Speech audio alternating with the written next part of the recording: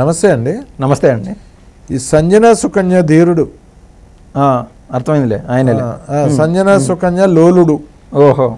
సంజన సుకన్య లోలుడు అంబటి రాంబాబు ఇవాళ ఒక పనికిమాలిన ట్వీట్ ఒకటి పెట్టాడు. అంటే ఆయన బుద్ధికి ట్వీట్ మంచిదే, ఓకే, కానీ ఆయన బుద్ధికి ఆ ట్వీట్కి సంబంధం లేదు. ఆ ట్వీట్ ఏంటంటారు? దీక్షలో ఉన్న ధీరుండి టీడీపీ గుండాలు హతమార్చి నేటికి 36 సంవత్సరాలు. జోహారు వంగవీటి మోహన్ రంగా. ఈయనకి వాళ్ళు అర్జెంటుగా తెల్లారే మోహన్ రంగా గారు గుర్తుకొచ్చేశారు. ఏంటంటే ఈయనకి బతుకు లేదు, మంత్రి పదవి లేదు, ఎమ్మెల్యే పదవి లేదు, వైఎస్ఆర్సీపీ పార్టీ లేదు. ఎలాగైనా మళ్ళీ కాపుల్లో కుంపటి రాజేస్తే కాపులు ఓట్లు ఏమన్నా పడితే మళ్ళీ ఒక 20 ఏళ్ళ తర్వాత అయినా గెలవాలేమో అనుకుంటున్నాడు. కానీ 20 ఏళ్ళ వరకు అయితే బతికుంటాడు ఈ మనిషి. అన్ని ఆ యొక్క రకరకాల జబ్బులు వచ్చేసింటాయి సార్ ఆయన చేసిన పనులకి వచ్చింటాయి. కానీ పాపిచ్చరాయు అని చెప్పి పాపాత్ముల్ని దేవుడు అంత త్వరగా తీసుకెళ్ళడు. కాబట్టి వీడు ఏమన్నా 100 ఏళ్ళు బతికినా బతికుండొచ్చు. రోగాలతో బతుకుతాడేమో మీరు చెప్పినట్టు. మొన్నటి దాకా సీమరాజా పైన పడినాడు ఆయన కొరకరాని కొయ్య.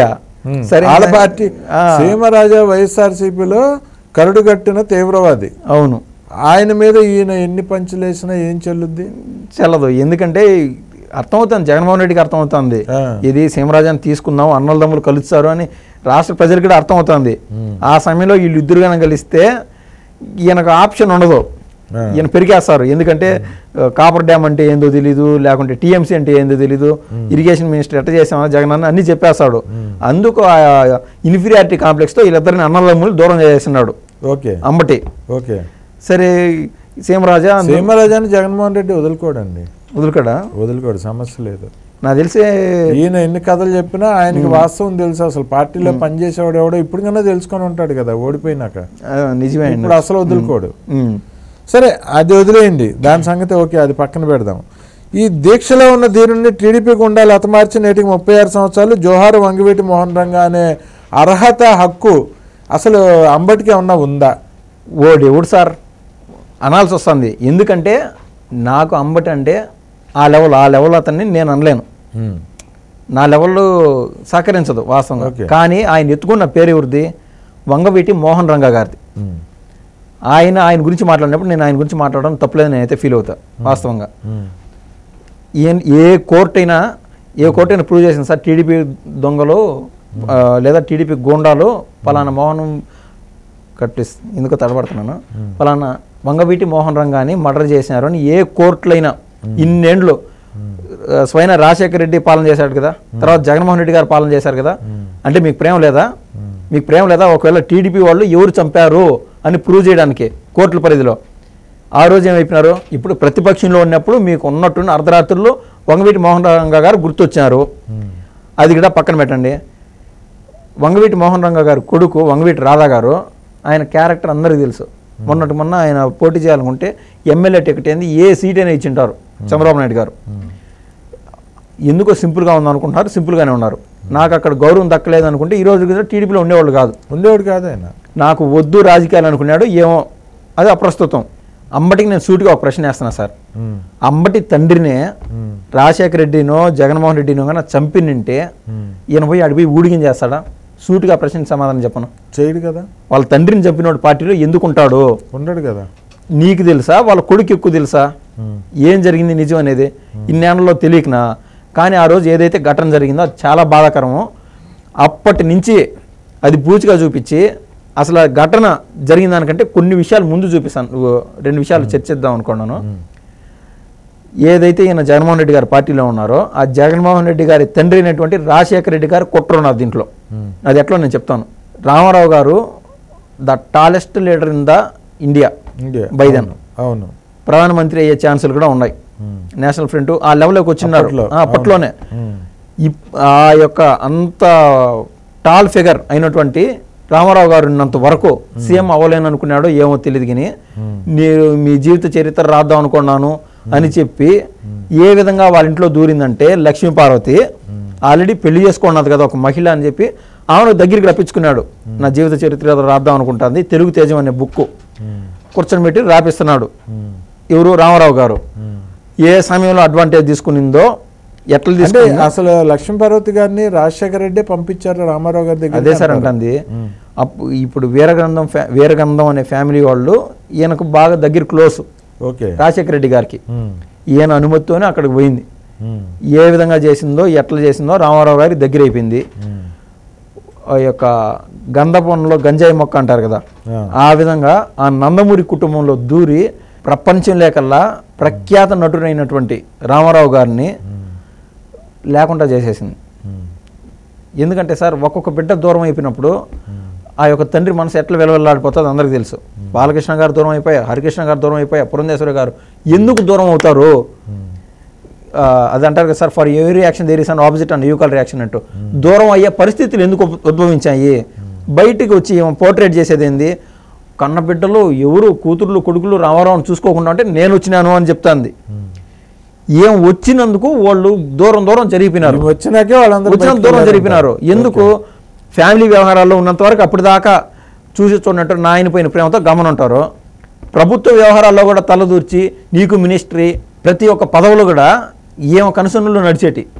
రామారావు గారు అంత టోన్ని ఎవరికి బెండుగా నాయన్ని అట్లా టోన్ని లొంగపరుచుకునిందంటే ఎంత మహోన్నతరాలు అనుకోవాలి సార్ ఆవిడ.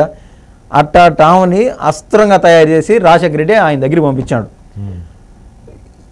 దాంట్లో కుట్ర ఉందో లేదో ఒక ఎగ్జాంపుల్ చెప్తా, మీరే అర్థం చేసుకోండి. ఆవిడ కథలు చెప్పొచ్చు, నేను కథలు చెప్పొచ్చు కాక. రామారావు గారు ఏ రోజైతే చనిపోయినారో ఆ ఇంట్లో లక్ష్మీపార్వతి రామారావు గారు ఇద్దరు మాత్రమే ఉన్నారు. అవును, 1 గంట ప్రాంతంలో ఆయన చనిపోయినాడు. కానీ డాక్టర్కి బయట వాళ్ళకి అంటే డాక్టర్ని పిలిచి ఆయన చెక్ చేస్తే పోస్ట్ మార్టం రిపోర్ట్ ఇస్తారు కదా, అందరికీ 4 గంటల ప్రాంతంలో ఫోన్లు చేసి ఫస్ట్ రాజశేఖర రెడ్డి పోయింది ఆ ఫోన్, ఏం చేసింది మీరు ఇచ్చిన టాస్క్ నేను కంప్లీట్ చేసేసాను అని. కానీ డాక్టర్ చెక్ చేస్తే ఏమైంది, 1 గంటకి ఆయన చనిపోయినాడు.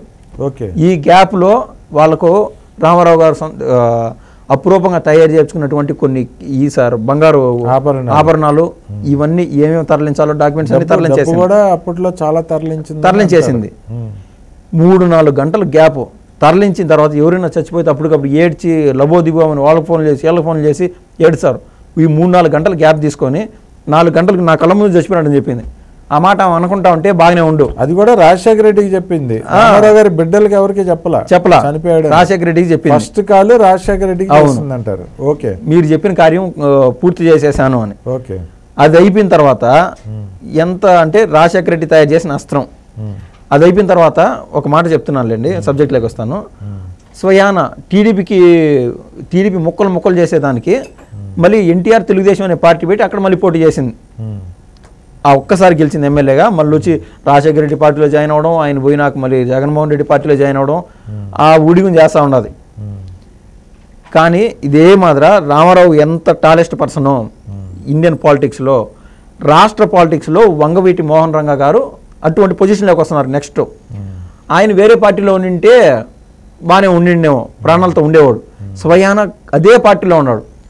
ఒక్క వరలో 2 కత్తులు ఇమ్మడం అన్నట్టు రాజశేఖర రెడ్డికి ధీటైన ప్రత్యర్థిగా అదే పార్టీలో పేదల పక్షాన పోరాడతా ఒకసారి చిన్న కార్యక్రమం ఉండాలి సార్. ఏదైనా పేదల తరఫున ఏదైనా రియలిస్టిక్గా రియల్ మనసుతో కష్టపడితే అట్లాంటిది కొన్ని వేల మందికి ఇళ్ల పట్టాలు ఇచ్చే కార్యక్రమం పైన ఆయన ధర్నాలో దిగుతున్నాడు. అదే కన్నా సక్సెస్ అయితే ఇంకా కాంగ్రెస్ పార్టీ ఢిల్లీ పెద్దల నుంచి ఎవరు వేరే వాళ్ళని దేకేవాళ్ళు లేరు. స్వయాన క్లియర్ కట్గా కాపులు ఓట్లు ఎక్కువ, సీఎం అభ్యర్థి ఆయనే సార్. కాంగ్రెస్ కి ఆయన పెద్ద దిక్కు. దాన్ని బట్టి చూస్తే అర్థమవుతుంది.